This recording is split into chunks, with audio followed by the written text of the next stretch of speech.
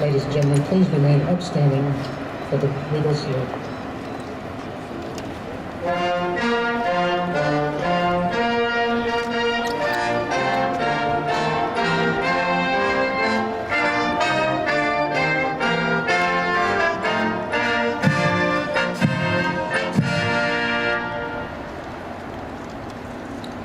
Guard Commander, mount the catafalque party.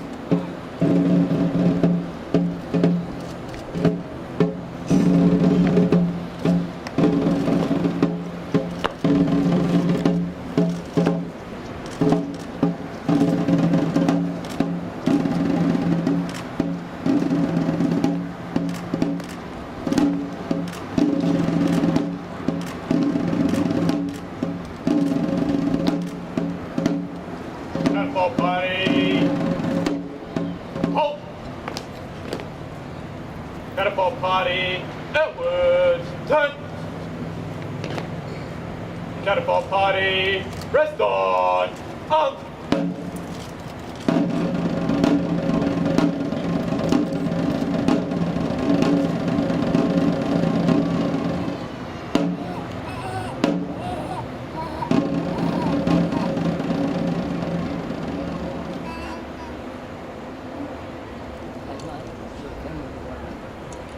Good morning, everybody. My name is Bronson Horan, and I'm the president of the Returned in Service League of South Australia and Northern Territory. Thank you for coming to this auspicious commemoration of the 100th anniversary of the signing of the armistice. If you have a place to seat, I please invite you to have a seat now. Thank you. I'd like to welcome His Excellency, the Governor Hugh Van Lee, AC, and his wife Lee, as well as I'd like to also recognize in attendance the Honourable Stephen Marshall, the Premier of South Australia, and the Honourable Peter Malinauskas, the Leader of the Opposition. Ladies and gentlemen, distinguished guests, and everybody in South Australia, thank you for your attendance today. I've been given a very brief 3 or 4 minutes to describe in my own words why today is so important to our nation. And we often think in timelines, 10, 20, 30, 40, 50 years. But today we're thinking in 100 years. But why is time so important to all of us, regardless of your generation, particularly the greatest generation directly to my front from World War II? I had the honor of having breakfast with them briefly this morning. And can we all give our gratitude and thanks openly and publicly for their great service?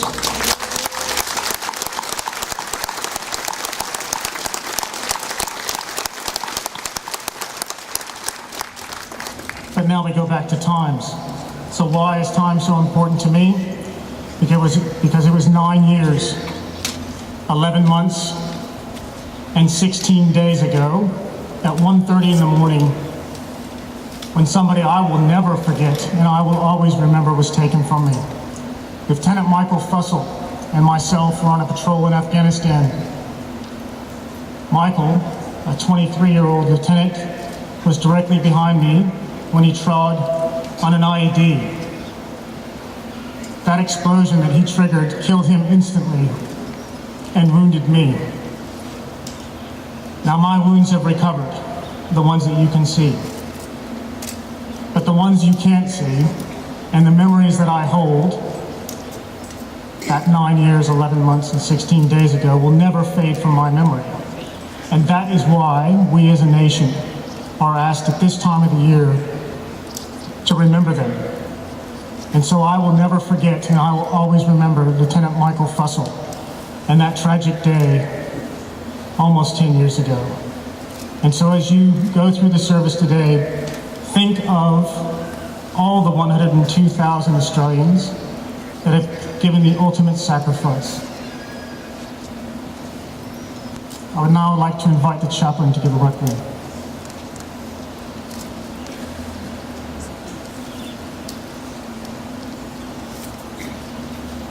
Friends, our scripture reading today is from the ancient Hebrew tradition.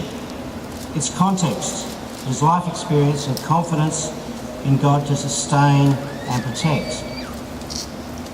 It honestly recognises the reality of life and death and has offered words of comfort for millennia. It is known as the 23rd Psalm. The Lord is my shepherd, I shall not want. He makes me lie down in green pastures and leads me beside still waters. He restores my soul and leads me in the paths of righteousness for his name's sake. And though I walk through the valley of the shadow of death, I shall fear no evil, for you are with me. Your rod and staff comfort and protect me. You prepare a table before me in the presence of my enemies and anoint my head with oil. My cup runs over, and surely goodness and mercy shall follow me all the days of my life, and I will dwell in the house of the Lord forever. The other reading is from Australia's official World War I historian and advocate for the creation of the Australian War Memorial, Charles Bean. He wrote it for a broadcast in 1946. This version has been adapted to include later conflicts. On this day above all days, we recall those who served in war and who did not return to receive the thanks of a grateful nation. We remember those who still sleep where they were left, amid the holly scrub in the valleys on the ridges of Gallipoli, on the rocky and terraced hills of Palestine, and in the cemeteries of France, Belgium and the United Kingdom. We remember those who lie asleep in ground beneath the Libyan desert, in North Africa, the mountain passes and olive groves of Greece and Crete, and the hills of Lebanon and Syria. We remember those who lie buried in the jungles of Malaya and Burma, in New Guinea, and in the islands of the Pacific and in their own far north. We remember those who lie in unknown resting places in almost every land, and those gallant men and women whose grave is the unending sea. Especially do we remember those who died as prisoners of war, remote from their homeland and from the comforting presence of their kith and kin.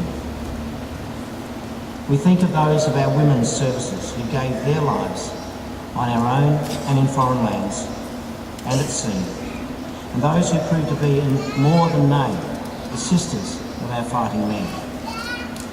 We recall too the staunch friends who fought beside our men on the first Anzac Day, men of New Zealand who helped create the name Anzac, and those who served the United Kingdom, the United States of America, and other allied forces. We think of those gallant Australians who died in Korea, Malaya, Borneo, Vietnam, Iraq, and in Afghanistan, and in peacekeeping and peace enforcement commitments, assisting to defend the Commonwealth and other countries for the free world against common enemies. We think of every man and woman who in those crucial times died so that the lights of freedom and humanity might continue to shine. We remember those defence and civil personnel who lost their lives during peacetime service and whilst on humanitarian missions. May these all rest proudly in the knowledge of their achievements, and may we and our successors in that heritage prove worthy of their sacrifice.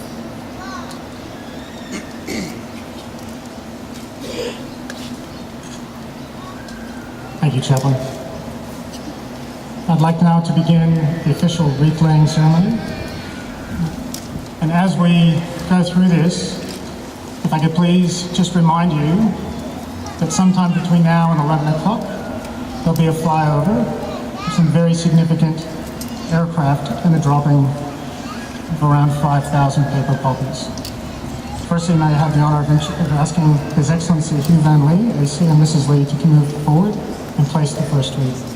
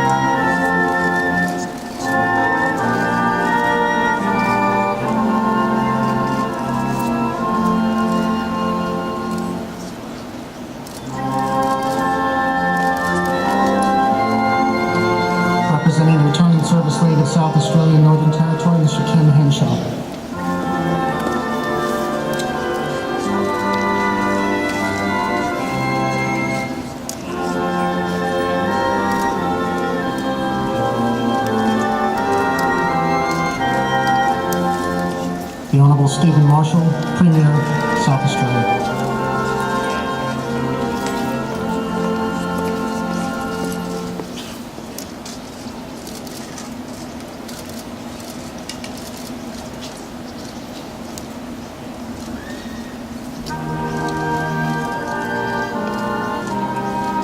The Honourable Justice Blue, representing the Chief Justice, and the Honourable Peter Malinauskas, Leader of the Opposition.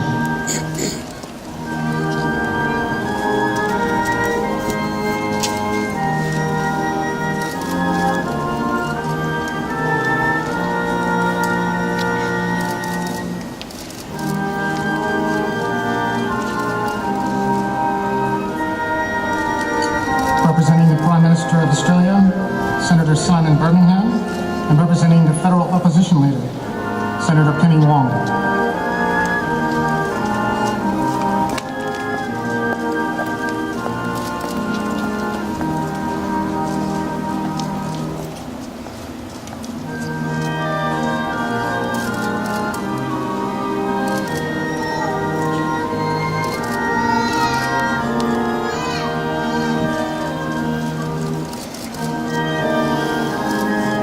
The Lord Mayor, the Honourable Martin Hayes, and the Dean of the Consulate Corps, Mr. Andres Gross.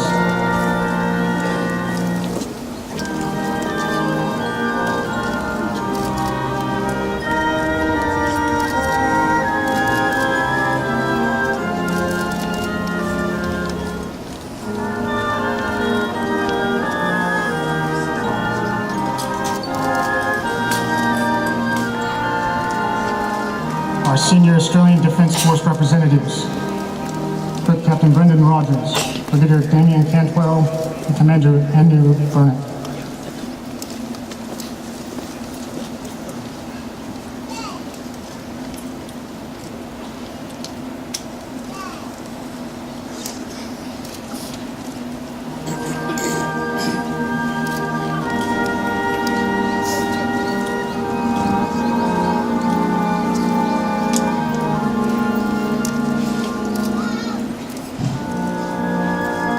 Deputy Commissioner, Department of Veterans Affairs, Ms. Janice Silby. Director, Veterans SA, Mr. Rod Menton. And Chair of the Virtual War Memorial, Mr. Peter Williams.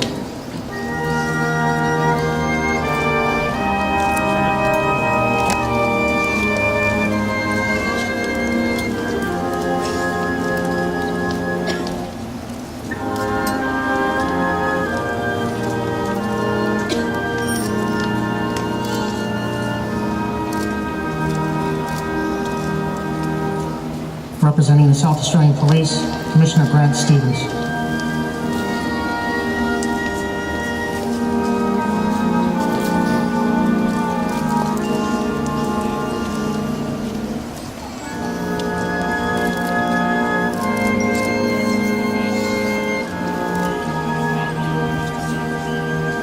The Honorary Consuls, Ms. Sue Crapers, France, Dr. Evan Peterson, Belgium, Mr. Ian Smith, the United Kingdom.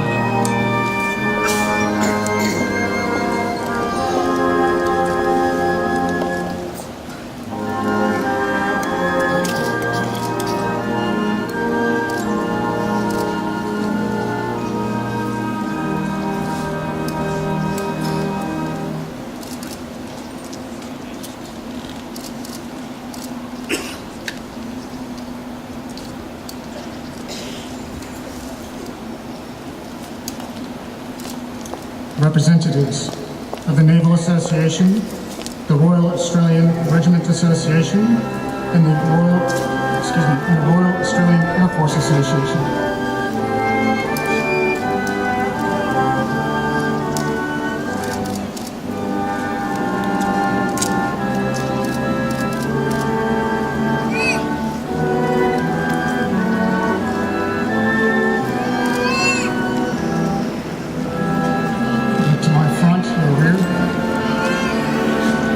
Historic flyover.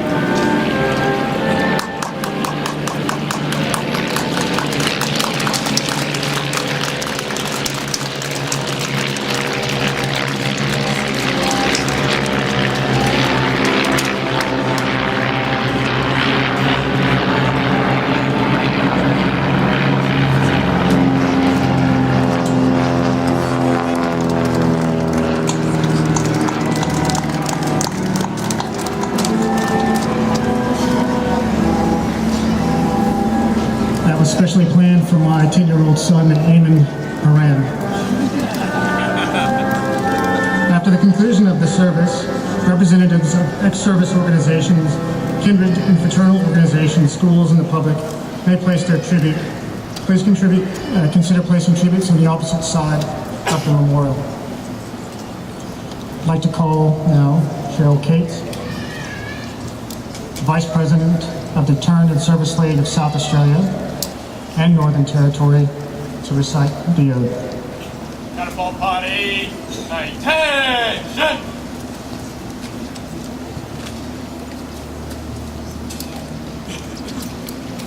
They shall grow not old, as we that are left grow old. Age shall not weary them, the years condemn. At the going down of the sun, and in the morning, we will remember them. We will remember them. Catapult party, present!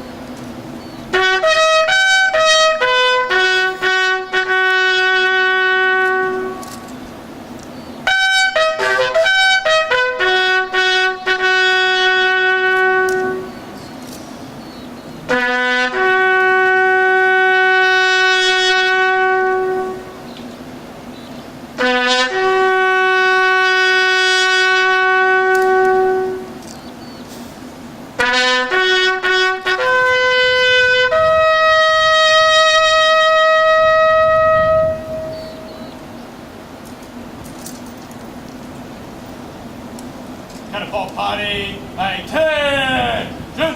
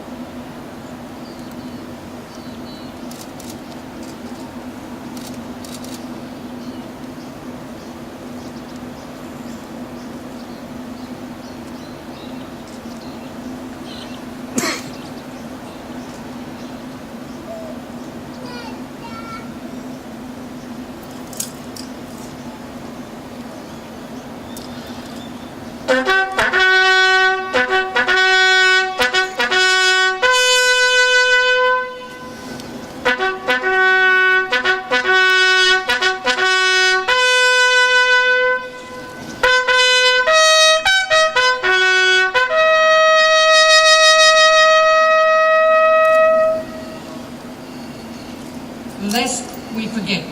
Lest we forget.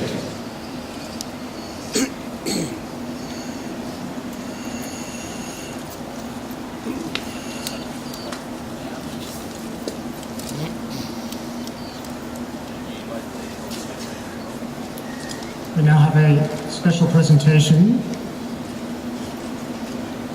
of actors portraying the actual memorial to my right. No, we go on the same road, right?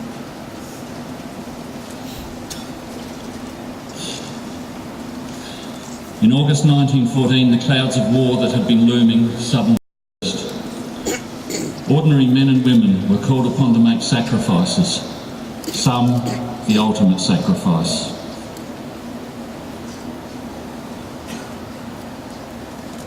I am the girl of the past, innocent and untouched, living my ordinary day-to-day life. Suddenly I see this towering figure before me, the embodiment of sacrifice, and I drop everything.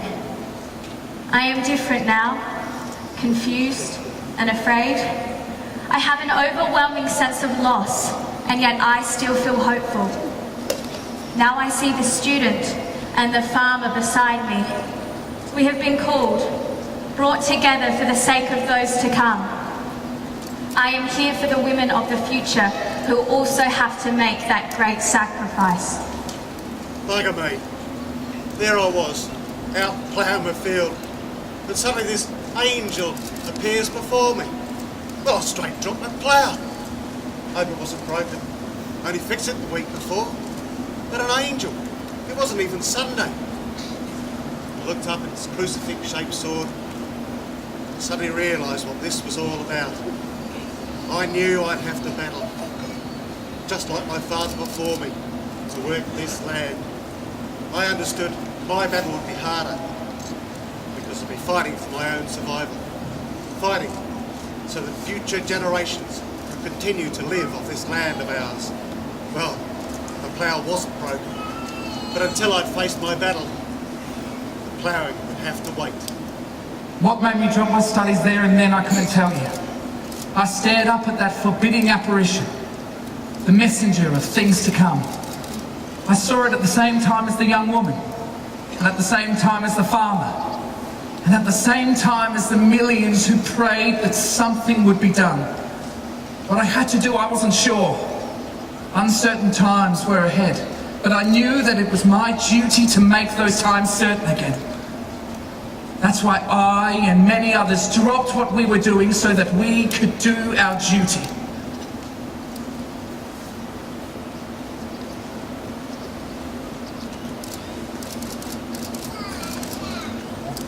While the actors prepare for post-war, I'd like to give you some information about this memorial. These statues were sculpted by Rainer Hoff. Rainer was born on the Isle of Man and was a World War I serviceman who studied sculpting after the war and travelled through Europe practising the craft. He then came to Australia and became a lecturer, a teacher of sculpting, and he sculpted the figures at the Sydney Shrine, the outside ones and the inside ones, the inside figure, as well as these here, the stone and the bronzes. He died unfortunately at night, aged 43, but we have a legacy of what he's left behind. And just a few weeks ago, the Isle of Man released a set of 6 stamps commemorating him and several local servicemen who had gone off to the Great War.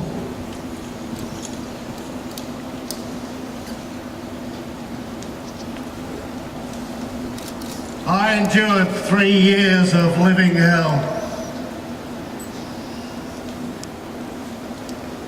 But my connection with the soil is still strong, for my body lies in a Belgian field. No headstone, but I am at peace. I'm here today, and I call upon all of you to join with us in remembrance of this sacred place. I survived the Great War, but not the return to my ordinary life. How could I exist in a society that wouldn't look at a broken body or understand the ravaged mind? I am proud that Australians have gone to the aid of people from other countries. I am proud that Australians have defended this nation when it was threatened. This spirit of duty symbolises the sacrifice that many men and women are often called to make. I nursed the wounded and the dying. They were shells of men, and their moans and screams will stay with me always. I hope my care brought them some hope from the pain and the horror. I am in awe of the power of good over evil, but also the high price of peace. I believe in a free country and its people. Please remember us, lest we forget.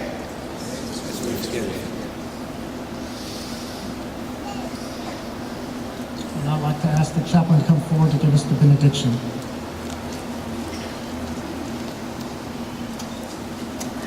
Friends, let's pray. And God, we remember today the eerie silence that fell over the battlefields as the fighting stopped and the barrages ceased. May we recall that our peace comes at a cost. We recall the terrible sacrifice of the Great War and those since. May we, as inheritors of that peace, strive for peace.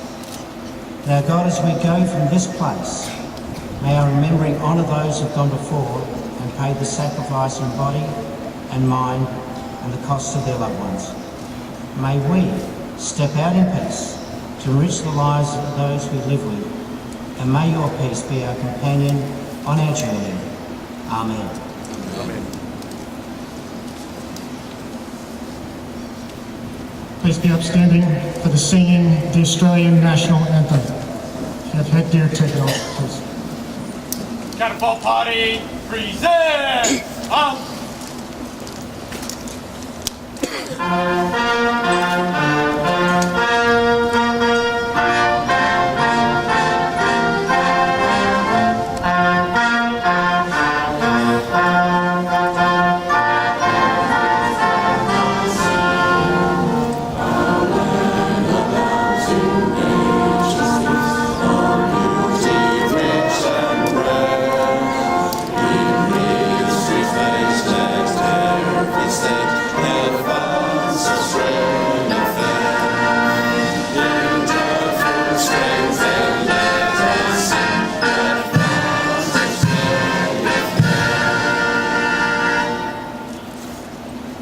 Catapult party, attention! Please remain upstanding as the catafalque party dismounts. Catapult party, inward stretch! Catapult party, quick!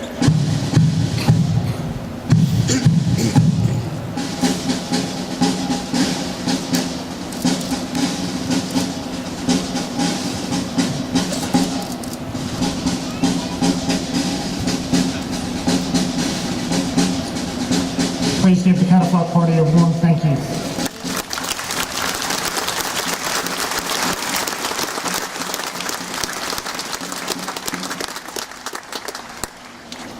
Ladies and gentlemen, this almost brings us to the conclusion of this most historic 100-year anniversary of the signing of the armistice. Some of you may or may not know that 100 years ago today, on the steps of Parliament to my right, the then Premier of the time gave a speech letting all of South Australians know that the war to end all wars, had ended. Sadly, he was not to be correct. As you go away today, remember that we are a nation at war right now, and we have been at war for the last 17 years. So as you go forward in your day, think of the brave men and women who wear the uniform of the Australian Defence Force, and think of them kindly, and remember them for their service, and remember them for their deeds. Ladies and gentlemen, this concludes the service today. I extend an invitation to all of you for a very brief rededication of the Dardanelles Cenotaph. This is the first cenotaph in all of Australia that was produced here in South Australia. And that will take place at 11:30 to the north on the Veterans Walkway. I commend all of you to be there. It's a fantastic opportunity to look back into the history. As a matter of fact, it's called the Dardanelles Cenotaph because the term Anzac had not yet been coined. There will be refreshments and drinks at the combined mess at the Torrens Training Depot. And at 4:30 this afternoon, the pipes and drums will form up here to play the battle over. At 4:30, this will be synchronized across the Commonwealth. So I commend you also to attend there. Lastly, thank you to the official party for coming this morning. Thank you in particular to all the volunteers and the employees of the RSL who made this possible. And once again, a special thank you to state government for providing us the assistance to make this happen. As you go forth, may you do God's blessings and God's duty, and do good things to your fellow men. God bless you, South Australia, and the RSL. Thank you.